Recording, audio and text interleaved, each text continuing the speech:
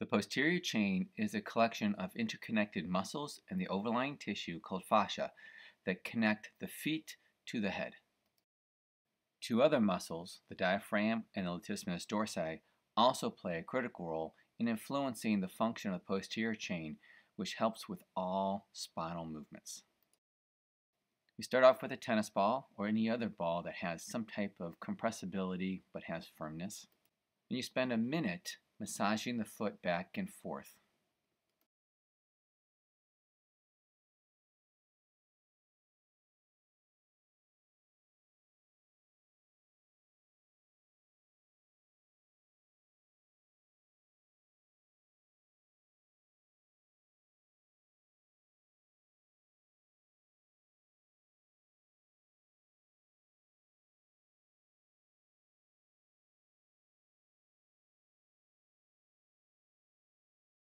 Here I demonstrate it from a different angle.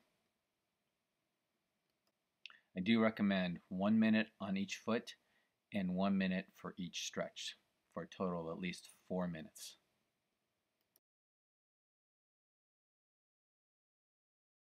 Next we move on to the latissimus dorsi muscle.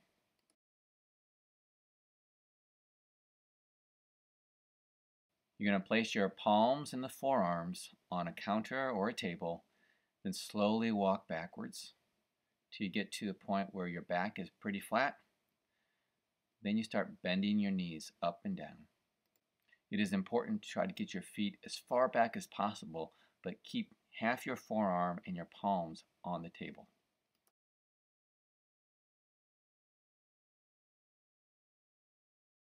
I'll demonstrate it one more time. Remember, you want to keep your palms and at least half your forearm on the table and step back as far as you can and try to get your back as flat as possible.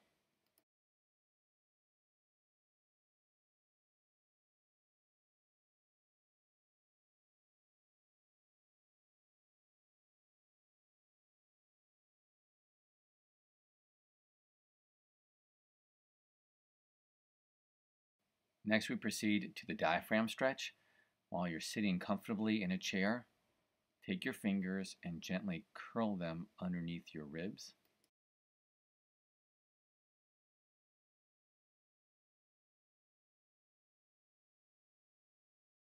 I recommend 10 breaths into the fingers at least.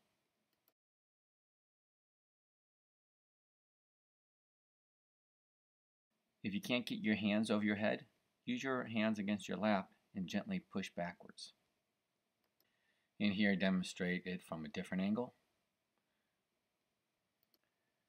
10 breaths into the diaphragms, and then for the leaning backwards over the chair, 10 back and forths, and then hold that backward stretch for a minute.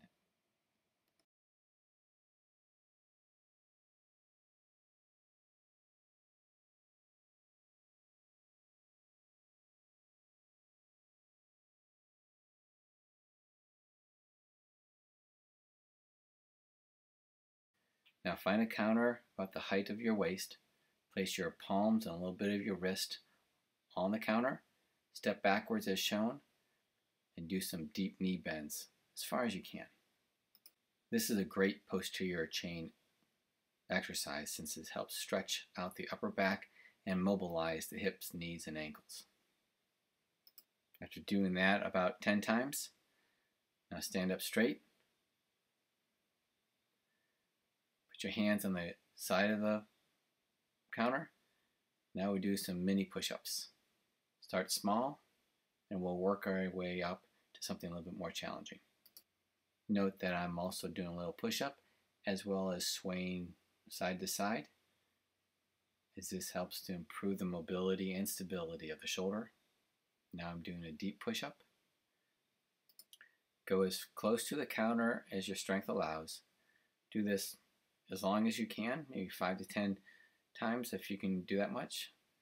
When you get tired, you can straighten up and just hold the pose. There, I'm showing you a bounce. You can either do a deep bounce or a shallow bounce. Bouncing is really important to improve the fascial health of your upper back. Now we're moving to back extensions. We're using the loosening up that we just did, try to get us to be able to arch our back, and we're trying to stand up on our toes. There we go. Now, yep, I'm raising up my toes, arching backward as high as I can, as far back as I can, looking up to the ceiling. And I can use a counter for balance as I raise my arms overhead. As you get better, your balance and mobility will improve. Again, if you need to use a counter, please use a counter until your balance improves. Do about 10 reaches. Now we get into gentle bouncing. Just some nice bouncy, bouncy bounce. If you can bounce around, you can do that. If you need to hold on a counter, you can do that. Bouncing, bouncy, bouncy, like Tigger from Winnie the Pooh. Well, that was easy. You could also repeat this now. While you are becoming familiar with this sequence, pause the video to practice each activity. Eventually, you will not need this video in order to do this sequence. The approach to these mobility sequences is to demonstrate activities that can be done throughout the day. The more you can find ways to incorporate this sequence into your daily life, the more benefit you will find. Fitness is a daily lifestyle that can be improved with small steps throughout the day.